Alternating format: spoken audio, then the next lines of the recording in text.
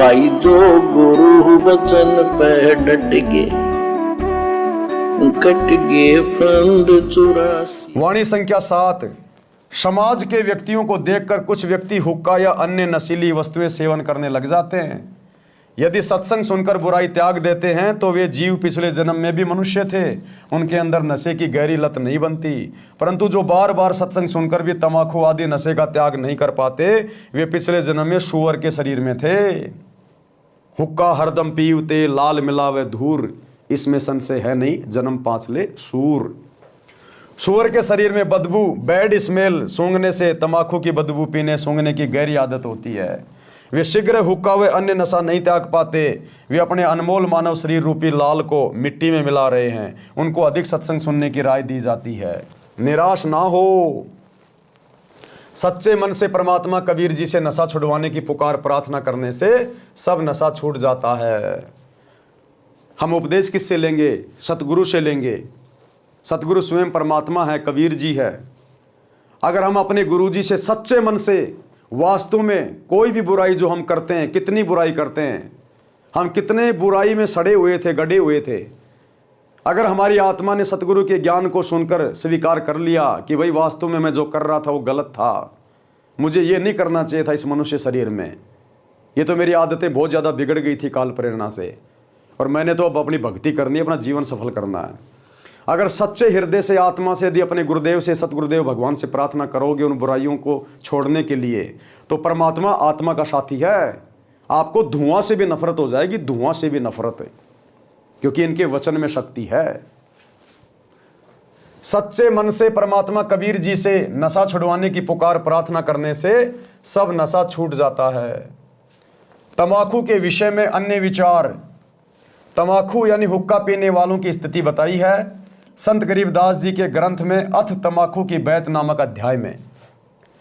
पितबाई खांसी निवासी निवास, कफ दल कलेजा लिया है गिराश, काला तम्बाकू अरु गोरा पिवाक, 10-20 लंगर जहां बैठे गुटाक, बाजे ने गुड़गुड़ अरु हुक्के हुजूम, कोरे कुबद्दी बीसा है नशोम, बाकी पगड़ी अरु बाकी ही नय, खुद डूबे अरु डुबोए हैं कै, गुटोक्कड़ अटक्कड़ मटक्कड़ लहूर, एक बैठेगा अड़कर एक बैठेगा दूर, पीवे तम्बाकू पड़े करम मार, अमली के मुख में मूत्र की धार, कड़वा ही कड़वा तू करता हमेश, कड़वा ही ले प्यारे कड़वा ही पेश, कामी क्रोधी तू लोभी लबूट, बचन मान मेरा धूमा न घूंट, हुक्का हरामी गुलामी गुलाम, धनी के सरे में न पहुँचे अलाम, पामर परम धाम जाते न कोई, झूठे अमल पर दई जान खोई, मुर्दा मजावर हरामी हराम, पीवे तम्बाकू सो इंद्री के गुलाम, अज्ञान नींद न सो उठ जाग, पीवे तम्बाकू गए फूटी भाग, भांग तम्बाकू पीव ही सुरापान से हेत, गोश्त मिट्टी खाएकर जंगली बने प्रेत, गरीब पान तम्बाकू चाब ही सांस नाक में देत, सो तो अकारत गए जो भड़बूजे का रेत, भांग तम्बाकू पीव ही गोशत गला कबाब, मोर मरक्कू भगत है देंगे कहाँ जवाब, भांग तम्बाकू पीवते चिस्म्यो नाली तमाम, साहिब तेरी साहिबी जाने कहाँ गुलाम, गऊ अपनी अम्मा है इस पर छुरी न बा, गरीब दास घी दूध को सब ही आत्म खा। अब ये कोई सामान्य वाणियाँ नहीं है, कोई सामान्य शब्द नहीं है। गरीबदास जी ने अपने ग्रंथ साहिब में, जिसमें 24,000 वाणियाँ हैं, जिनसे ये वाणियाँ ली गई हैं, ग्रंथ साहिब में विश्व की सभी भाषाओं के शब्दों का समावेश है। हिंदी, उर्दू, अरबी, फारसी, अंग्रेजी, चाइनीज, जापानी, यानी जितने भी देश हैं दुनिया में, सभी देशों की भाषा के शब्दों का आदरणीय गरीबदास जी ने समावेश किया है, क्योंकि वो परमात्मा थे। तो इस ग्रंथ को हम नहीं समझ सकते कोई भी धरती पर कोई आदमी 4 भाषाओं का जानकार हो सकता है, 5, 10, 15, 20, 25 सभी भाषाओं का जानकार कोई नहीं हो सकता। तो आज इस ग्रंथ को खोल कौन रहा है? 1994 से सतगुरु रामपाल जी। तो जिसने बनाया वही खोल सकता है। तो सतगुरु रामपाल जी स्वयं सत्य पुरुष हैं, कबीर परमेश्वर हैं। अब इन वाणियों का गुरुदेव ने क्या सरलार्थ किया है, जो कि मांस और नशा करने वालों से संबंधित हैं। भावार्थ, उपरोक्त वाणियों का भावार्थ है कि मानव शरीर को ऑक्सीजन की आवश्यकता है। उसके स्थान पर तंबाकू का धुआं, कार्बन डाइऑक्साइड प्रवेश करता है। हमारे इस मनुष्य शरीर को ऑक्सीजन की आवश्यकता है। अरे कार्बन डाइऑक्साइड तो हम बाहर छोड़ते हैं जो शरीर के लिए हानिकारक होती है, और हम लोग हुक्का पी पी के कार्बन डाइऑक्साइड को अंदर ले रहे हैं। हम इंसान हैं, हम तो राक्षस हैं। आपकी गाड़ी का पेट्रोल का इंजन है, क्या आप उसमें डीजल डलवा लोगे ये सोचकर कि डीजल सस्ता है? डलवा लोगे क्या? अगर गलती से डाल भी दिया तो उसके सिर हो जाओगे, तूने मेरी गाड़ी में डीजल क्यों डाल दिया, मेरा इंजन खराब कर दिया।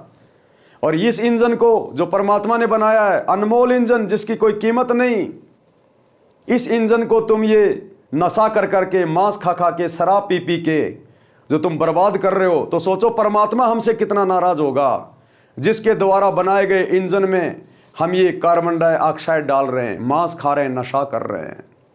तो ये विचार करने की बात है। उपरोक्त वाणियों का भावार्थ है कि मानव शरीर को ऑक्सीजन की आवश्यकता है, उसके स्थान पर तंबाकू का धुआं, कार्बन डाइऑक्साइड प्रवेश करता है तो उसको खांसी रोग हो जाता है, पित्त तथा बाई यानी बाय का रोग हो जाता है। हुक्का पीने वाले का बैठने का स्टाइल बताया है कि हुक्का पीने वाले एक दो तो हुक्के के निकट बैठेंगे, एक कुछ दूरी पर बैठेगा और कहेगा कि सरकाइए थोड़ा सा, यानी मेरी तरफ करना जरा हुक्के को। दूसरे उसकी ओर हुक्का देंगे, फिर नली जिससे धुआं खींचते हैं, गुरुड़ गुरुड़ बजेगी। आप तो हुक्का पीकर डूबे हैं और छोटे बच्चे भी उनको देखकर वही पाप करके नरक की काली धारी में डूबेंगे। जो तंबाकू पीते हैं उनके तो भाग फूटे ही फूटे, अन्य को तंबाकू पीने के लिए उत्प्रेरक बनकर डुबोते हैं। जिस प्रकार हमारे दादाजी थे वो हुक्का पिया करते थे, हमारे पिताजी भी पीते थे, लेकिन दादा ज़्यादा पीता था। हम जब समझदार हुए तो दादा हमारे से हुक्का भरवाता था और हमें लालच दिया करता था। कभी हमारे को 10 पैसे दे देता था, कभी हमारे को 20 पैसे या फिर 1 रुपया दे दिया करता था।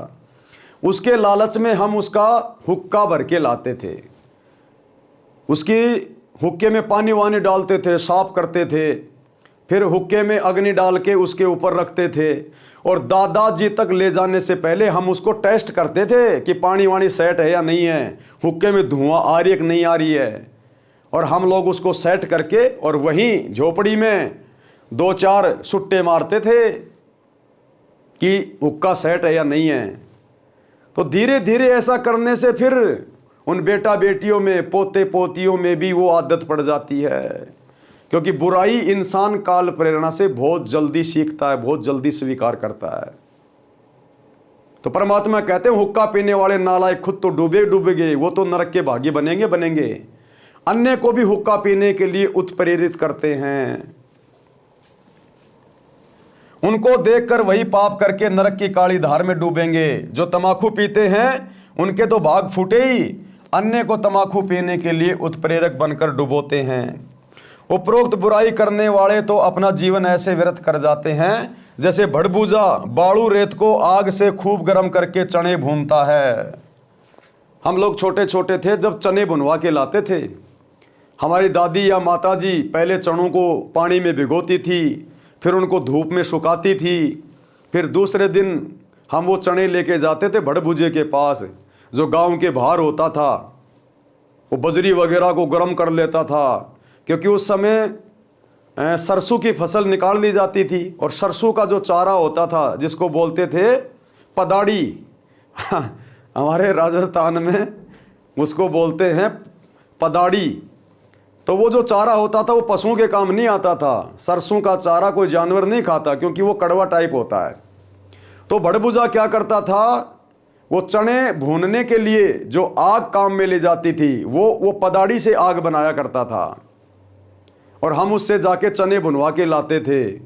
वो 5 रुपये किलो में या 2 रुपये किलो में ऐसे हमारे को भून के दिया करता था। जो आजकल ये चने आते हैं ना, जो ये नरम नरम हो जाते हैं, फिर लोग उनको खाते हैं, चाबते हैं, वो तो उनके लिए कह रहे परमात्मा।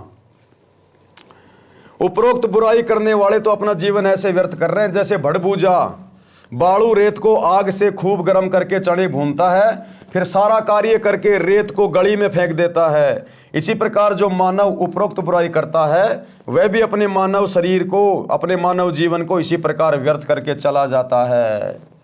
उस जीव को नरक तथा अन्य प्राणियों के जीवन रूपी गली में फेंक दिया जाता है।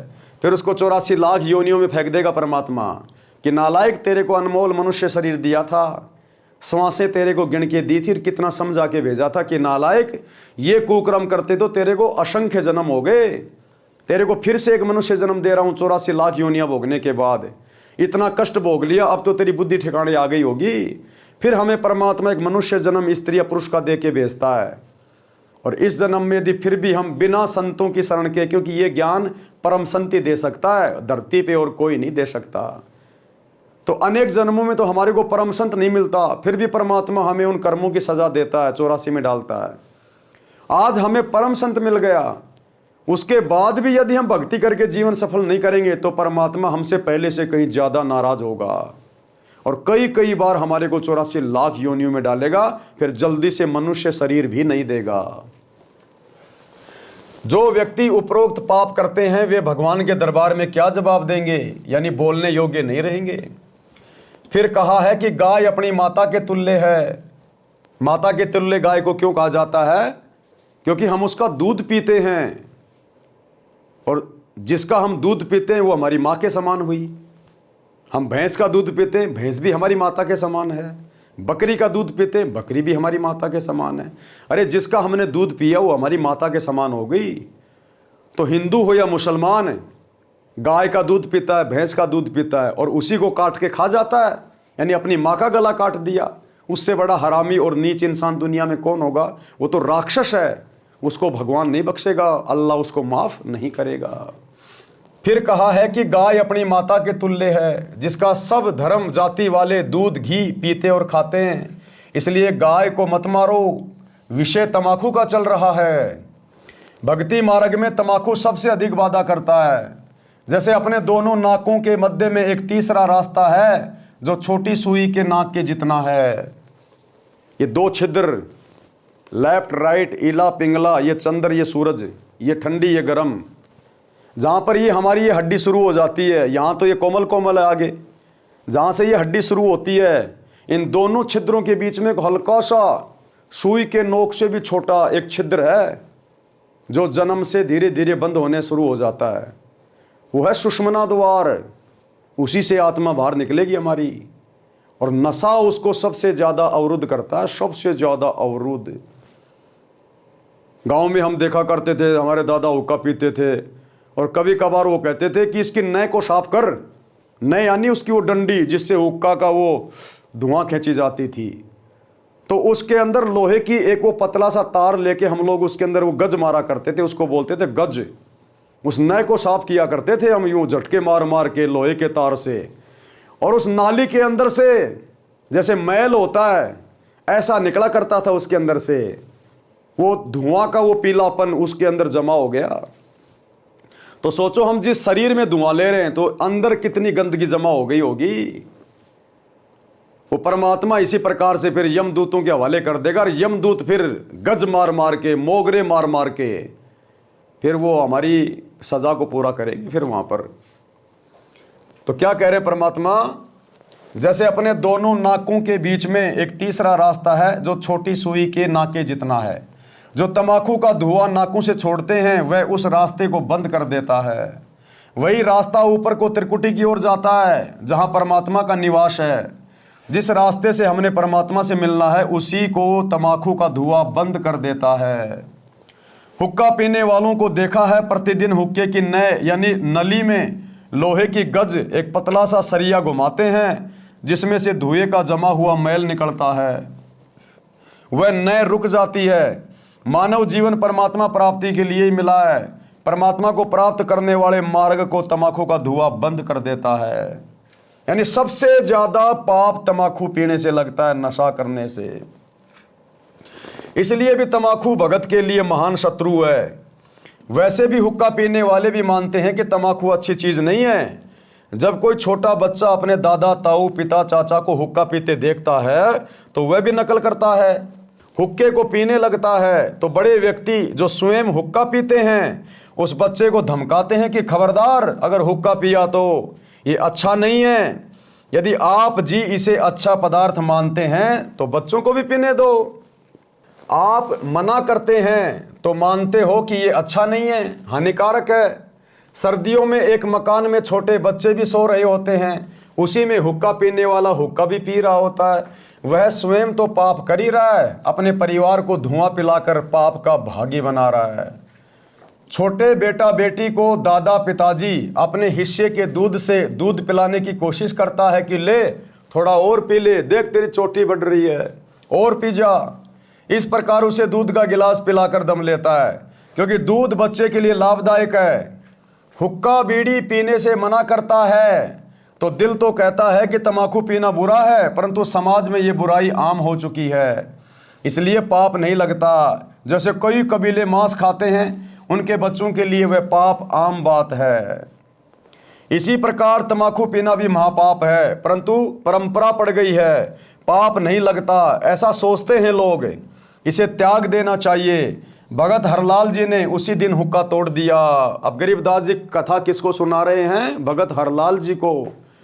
और इस कथा के माध्यम से आप और हम सबको समझा रहे हैं।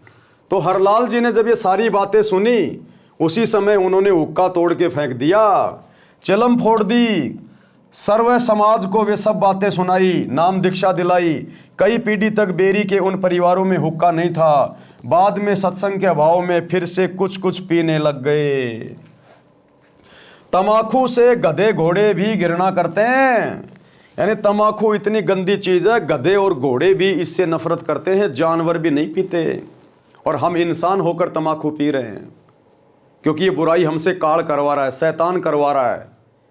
जिस मार्ग से हमारी आत्मा निकलकर त्रिकुटी की ओर जाएगी, जहां सतगुरु रूप में परमात्मा बैठे हैं, उस सुषमना द्वार को ये बंद करवाना चाहता है। ये इसका षड्यंत्र है। इस षड्यंत्र का पर्दाफाश परम संत करता है।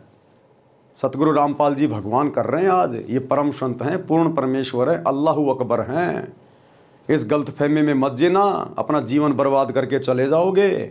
समय रहते इनके सत्संग सुनना शुरू कर दो। आज प्रार्थना कर रहे हैं, कल को फिर गधे कुत्ते बन के तुम्हारी प्रार्थना कोई स्वीकार नहीं करेगा फिर। तो भाई और बहनों, आज के वीडियो में हम केवल इतना ही लेंगे। समझदार को तो संकेत ही काफ़ी होता है। बाकी कल रात्रि 8 बजे आगे की वीडियो में गुरुदेव भगवान ने आप और हमें शिक्षा देने के लिए क्या कुछ अपने कर कमल से इस पवित्र पुस्तक में लिखा है। कल रात्रि 8 बजे सभी भगत भाई बहन दास के Facebook page Pawan Das is live के ऊपर लाइव जुड़िए। तब तक गुरुदेव भगवान हम सबको आज्ञा दें, इजाज़त दें, सद्बुद्धि दें, आशीर्वाद दें। बंदी छोड़ सतगुरु रामपाल जी भगवान की जय। जो गुरु बचन पे डट गे, कट गे फंद 84 के, कट गे फंद 84 के, कट गे फंद 84 के।